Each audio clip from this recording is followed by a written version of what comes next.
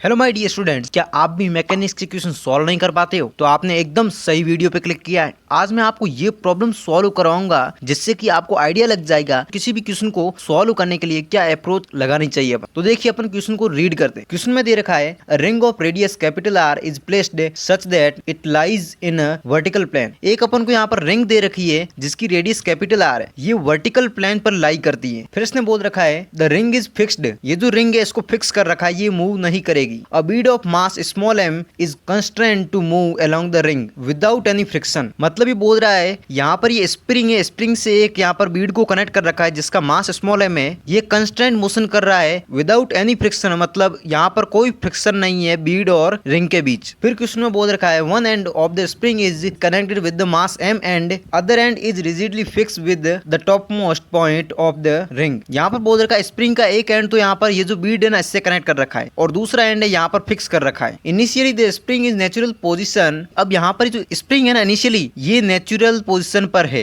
And the bead is at vertical distance R from the lowermost point of the ring. मतलब ये बोल रहा है ये जो बीड है ना ये वर्टिकली आर डिस्टेंस पर है, ये जो रिंग है इसका लोअर मोस्ट पॉइंट कौन सा है, ये वाला पॉइंट लोअर मोस्ट है। तो ये जो बीड है वर्टिकली कितनी डिस्टेंस पर है, आर डिस्टेंस पर है। मतलब अपन इसको ऐसे आगे बढ़ाया ना इस तरह से, देखो इस तरह से मैं कनेक्ट करूँ ना तो ये देखो वर्टिकली डिस्टेंस ये वाली होगी ना बीड की, देखो ये तो पहले लाइन खींची बीड की मैंने इस तरह से, तो वर्टिकल डिस्टेंस ये आर ही तो है वैसे रेडियस इसकी, तो वही है यहाँ पर क्वेश्चन में बोल रखा है यहाँ पर वर्टिकल डिस्टेंस बीड की क्या है ग्राउंड से आर है। The bead is now release from the rest, इस बीड को यहाँ पर रेस्ट से रिलीज किया जाता है, इसका मतलब इनिशियली इसकी वेलोसिटी 0। तो अपन को यहाँ पर क्या फाइंड करना है, what should be the value of spring constant के such that the bead is just able to reach bottom of the ring. मतलब ये बोल रहा है ये जो स्प्रिंग है ना यहाँ पर इसका स्प्रिंग कांस्टेंट के की वैल्यू क्या हो जिससे कि यहाँ पर ये जो बीड है जस्ट यहाँ पर बॉटम पर पहुंच जाए। अपन को क्या करना है, इस बीड को जस्ट यहाँ पर पहुंचाना है। इसका मतलब जब ये बीड यहाँ पर आ जाएगा तब इसकी फाइनल वेलोसिटी 0 हो जाएगी, क्योंकि अपन ने जस्ट उसको पहुंचा दिया। अब आगे थोड़ी लेके जाना अपन को तो बस यहाँ पर पहुंचाना था, इसलिए यहाँ पर इस पॉइंट पर इसकी वेलोसिटी क्या होगी 0। तो आई थिंक आपको पूरा क्वेश्चन तो समझ में आ ही गया होगा। अब इसका अपन सॉल्यूशन देखते हैं, सॉल्व कैसे करेंगे। तो चलिए शुरू करते हैं।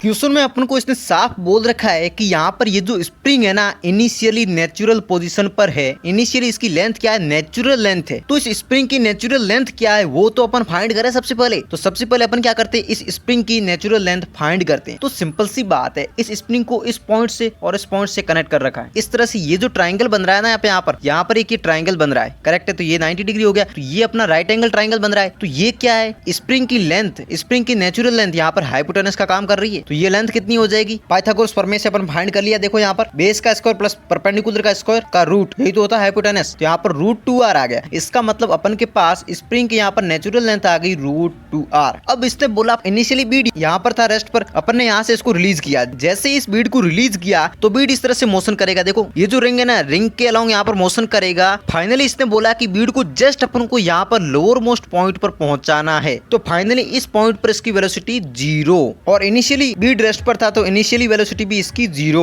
तो यहाँ पर आप क्वेश्चन की क्या अप्रोच लगाओगे, आप खुद यहाँ पर एग्जाम में बैठो, आप ऐसा एज्यूम करो। तो मैं तो क्या करूंगा, जैसे ही इस तरह के क्वेश्चन आएंगे मेरे पास तो मैं तो सीधी सी बात है वर्टिकली सर्कुलर मोशन कर रहा है ये बीड, क्योंकि देखो ये इस तरह से सर्कल पे रोटेट कर रहा है ना, वर्टिकल सर्कल पे, तो ये सर्कुलर मोशन कर रहा है। कोई भी पार्टिकल सर्कुलर मोशन कब करता है, जब उसको सेंट्रीपिटल फोर्स मिलता है। तो यहाँ पर अपन क्या करते हैं, इसको सेंट्रीपिटल फोर्स मिला है तो मैं इस पॉइंट पर सेंट्रीपिटल फोर्स की इक्वेशन लिख रहा हूँ इस बीड की। तो बीड का यहाँ पर मास m है और इस पर अपवर्ड डायरेक्शन में क्या फोर्स लग रहा है, क्योंकि देखो बीड धीरे धीरे यहाँ पर आया तो बीड अब स्प्रिंग से कनेक्ट है ना यहाँ पर। जब धीरे धीरे बीड यहाँ पर पहुंच गया तो देखो फाइनली मेरी कंडीशन ऐसे हो जाएगी कि स्प्रिंग पूरी वर्टिकल हो जाएगी। स्प्रिंग पूरी वर्टिकल हो गई तो सिंपल सी बात है, अब स्प्रिंग की लेंथ क्या हो गई, ये r एंड ये r, तो ये 2r हो गई टोटल लेंथ। स्प्रिंग की अभी लेंथ क्या है 2r है, जब पूरी ये एक्सपेंड हो गई ऐसे वर्टिकली तो यहाँ पर ये लेंथ कितनी होगी, फाइनली स्प्रिंग की 2r हो गई, 2r इसकी लेंथ हो गई। अब ये बीड है मेरा, तो बीड पर अपवर्ड डायरेक्शन में क्या लग रहा है, एक फोर्स लग रहा है, स्प्रिंग लगा रही जो कि kx है, और एक बीड का मास स्मॉल है मैं तो इसका वेट नीचे क्यों लग रहा है mg। यहाँ तक आप सेटिस्फाई हो, कोई इश्यू आपको नहीं है। अब देखो सेंट्रीपिटल फोर्स अपन को पता है क्या होता है,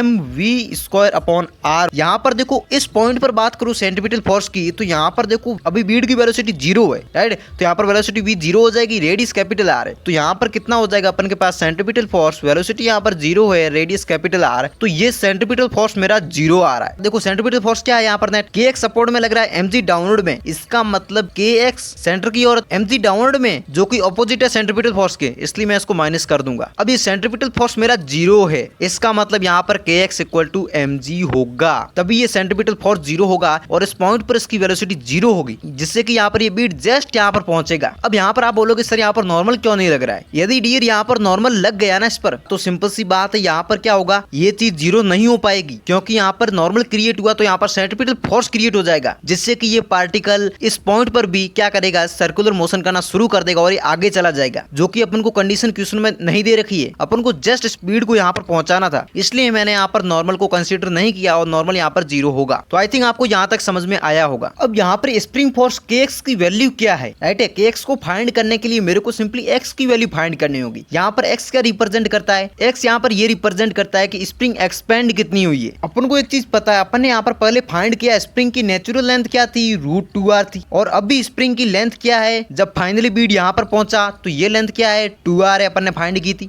नेचुरल लेंथ क्या थी, √2r थी, तो √2r को सब्ट्रैक्ट कर दूंगा मैं इसमें। अभी इसकी लेंथ क्या है, फाइनल लेंथ क्या है स्प्रिंग की, और नेचुरल लेंथ को जैसे ही मैं सब्ट्रैक्ट करूंगा तो मेरे पास क्या आ जाएगी, स्प्रिंग एक्सपेंड कितनी होगी वो लेंथ आ जाएगी। तो यहाँ पर अपन के पास ये kx की वैल्यू आ गई। यहाँ पर मैं क्या करूँ, √2r कॉमन ले लेता हूँ, तो मेरे पास क्या आ जाएगा, √2k, और r यहाँ पर मेरे पास क्या रहेगा, केवल √2 रह जाएगा, माइनस का 1 हो जाएगा। तो यहाँ पर मेरे पास ये kx की वैल्यू है। ये kx की वैल्यू यहाँ पर पुट कर दूं, तो देखो मैंने यहाँ पर ये वैल्यू पुट कर दी, इस तरह से मेरा आ गया। अब मेरे को क्या करना है, मेरे को k की वैल्यू कैलकुलेट करनी है, तो k को छोड़कर बाकी सारी चीजें मैं यहाँ पर अपॉन में भेज देता हूँ। तो अपन के पास k की वैल्यू ये आ गई, जो कि अपना करेक्ट आंसर है। तो आई थिंक आपको ये प्रॉब्लम जरूर समझ में आई होगी। यदि मेरा एक्सप्लेनेशन आपको अच्छा लगा तो प्लीज वीडियो को लाइक, शेयर और चैनल को सब्सक्राइब जरूर करें।